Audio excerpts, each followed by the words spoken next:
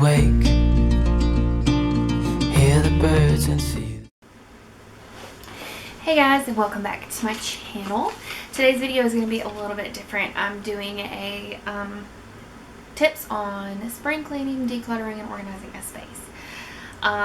Some of these are probably already known, but personally I know that sometimes it can seem like a very overwhelming task to even start in a room and clean it from top to bottom and declutter and reorganize everything.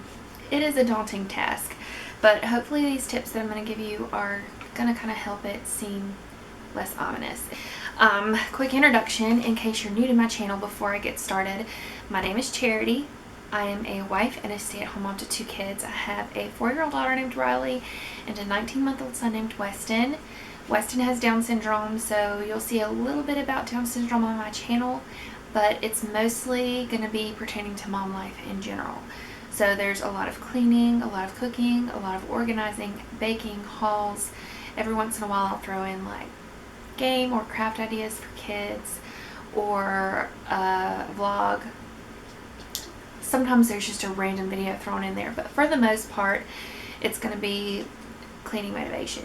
If that is the type of content that you like to watch, I hope that you'll consider sticking around, maybe subscribing. You know, I wouldn't be upset if you did that. I have 6 things written down. So the first tip I have for you is have everything ready to go. So have everything that you need for that space. Have whatever cleaning products you need, however many rags you need. I would have 2 garbage bags or boxes, one for trash and one for donations. I have all of that already in the room that you are going to be working on. That way you don't get distracted by having to go in and out of that space to keep getting products. You can just focus on the task at hand because you have everything that you already need right there in the room. Tip number 2 is section off the room. I do this in 2 different ways depending on the mood that I'm in or what space I'm in. The 2 ways that I do it are by wall or by task. For instance, if I'm going to section it off by task, first I would clean the light fixtures. Then I would do the walls and the baseboards. Then I would do the doors. Then I would do the window. And then after the window, I would go to all of the furniture pieces one at a time. I would declutter it and clean it really well and reorganize it one piece of furniture at a time. Then after you do that, all you have left is the floors. I do recommend always doing the floors last because most of the time there's going to be a lot of dust, and it's better to just work from the top down to knock all of the dust down and then do the floors at the very end. So that's one way you could section it off. Another way, like I said, is by space or by wall. So for instance, I would do one wall at a time. I would wipe down the wall and go through all of the furniture and declutter and organize anything that is against that wall. And then I would move on to the next wall. I would do all of the walls. And then if there's anything in the middle of the room, that's when I would do that. I would count the middle as a section. So like if you have couches or an ottoman or something in the middle that's not touching a wall, I would section that off into its own category. Does that make sense? But that kind of keeps it from being so ominous and keeps you from running around doing all different kinds of things at once, like trying to declutter a little here, wipe up a little bit here. If you section it off, you can stop. Like you can do a section and then stop for the day and then come back the next day and do the next section. You don't have to do it all in one day. As a mom with kids who doesn't have a babysitter and who refuses to clean at night, sometimes it takes me a lot longer than it normally would. So that's why I like to section things off so that I know that one section is complete. I know that it's done. So the next day I can come back and start on the next section. Tip number 3, declutter as you go. Not all at once. Like I wouldn't go through every single thing in my room and declutter first. I go to a piece of furniture or a piece of storage, declutter that, clean that, like do all of the things to that section before I move on to the next section and declutter. So don't go through your whole room and pull everything out and declutter it all in one sitting. That can be extremely overwhelming. I hope this makes sense. These are just tips that help me, by the way. I know that like the KonMari method would tell you to take every single thing out and do it all at once, but that is extremely overwhelming to me. I can't do that. You have to do it a section at a time. Number 4 is more like a cleaning hack. Cleaning with Kim actually gave me this idea, so technically I guess she would be the one to thank for this tip. But instead of wiping down the walls with wipes, use a mop, because you can mop the wall. It goes by way faster. It doesn't take near as long. Now I will say, if your walls are super dusty, mine are super dusty, if you mop the walls, sometimes it'll leave like a little clump of dust on the wall, but all you have to do after you mop is knock it off with a dust rag. I feel like it cuts my time down a lot. I feel like it's thorough. Like I said, you still have to knock down some dust balls if your walls are super dusty after you mop. And sometimes if there's like scuffs, I'll get a magic eraser and go around and use that too.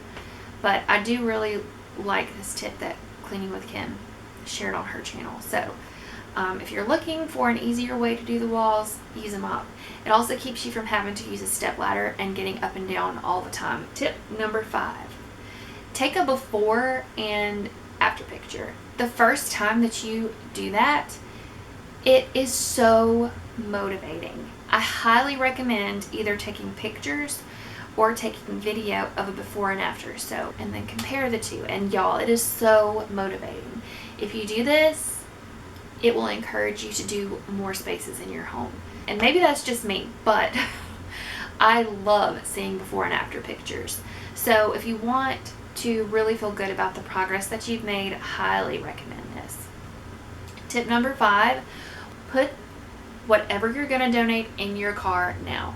That way it's not laying around your house. It's in your car, so the next time that you're in town or near a place that you plan to donate, it's easy to do. Number 1, have all of your products ready to go before you get started. Number 2, section off the room, either by wall or by task. Tip number 3, declutter as you go. Don't declutter everything all at once. Go space by space and declutter as you go. Tip number 4, mop your walls instead of having to use a step ladder with a rag and climb it up and down like a squirrel. Tip number 5, take a before and after picture, because uber satisfying and motivating. Last but not least, put all of your donations in the car. I'm sure there are more tips that I could think of, but I didn't want to make this video super long or overwhelming. So if you want more tips, let me know. Maybe I can make another video, but that's all that I have for you guys today. I hope that this was helpful. I hope that maybe this makes the task seem not so daunting. That was the goal. Thank you so much for watching. If you did like this video, give me a thumbs up. Comment below. I would love your feedback. If you have any other tips, please put them in the comment section below. I'm sure that if people read comments, they would love to see your ideas and your tips, so please put those in the comments below. Introduce yourself if you're new. I would love to get to know you. I respond to every comment, and continue to comment if you're a returning subscriber. You know I love chatting with you guys. If you have not already subscribed to my channel, I would really appreciate it if you did it. It's free, helps my channel out a lot. I mean, if this isn't the type of content that you like, then don't worry about it. But if you like this type of content and you've been watching my videos, but just haven't bit the bullet yet, go ahead and click that subscribe button. I would greatly appreciate it. You can also follow me on Instagram. I post daily in my stories over there, and that's where you can keep up with my family on a day-to-day basis. It is very real over there, guys. I show you all of the crazy things, all of the real-life messes, all of the mom struggles on my Instagram channel. If you would like to keep up with us, go over there, follow me on Instagram. My handle is Momming with Charity. That's also where you would see YouTube updates. Another place you can follow me is TikTok. My handle is also Momming with Charity over there. I'm new to TikTok and I'm very green, so my videos over there are kind of probably weird in all honesty. But if you're curious, you can go check that out. Momming with Charity. Anyway, thank you guys so much. I hope that everybody has a fantastic, productive, and healthy week. Love you guys. Bye. You and I can weather any storm.